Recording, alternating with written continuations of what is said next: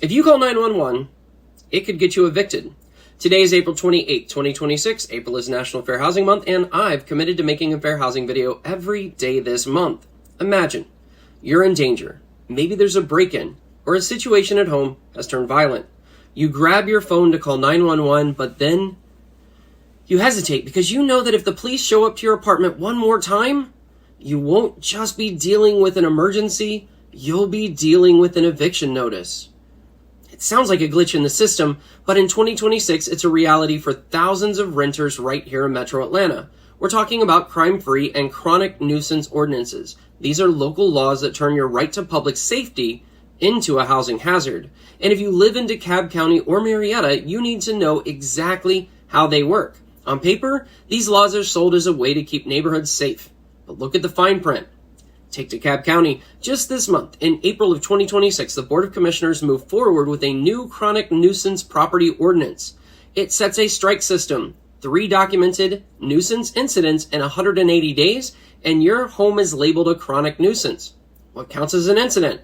It's not just crime. It can be disorderly conduct, loud parties, or even disturbances requiring law enforcement response. Over Marietta, the Code Enforcement Division is even more aggressive. They use nuisance abatement to bypass traditional eviction court.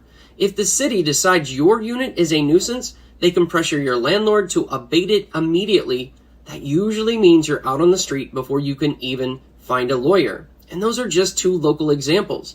This is where the fair housing hazard kicks in. These laws often use something called strict liability. That means it doesn't matter if you were the victim of the crime.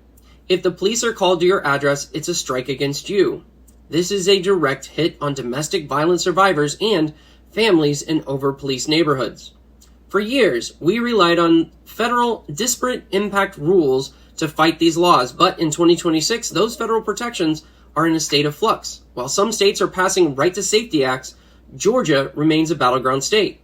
Local cities are using these nuisance labels as a legal loophole to push people out without ever having to prove they did anything wrong.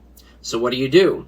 First, check your lease for a crime-free addendum. If it's there, you're on the clock. Second, if you're being targeted, you need to file a complaint with the Georgia Department of Community Affairs or the Federal Department of Housing and Urban Development immediately. Mention fair housing and nuisance ordinance specifically.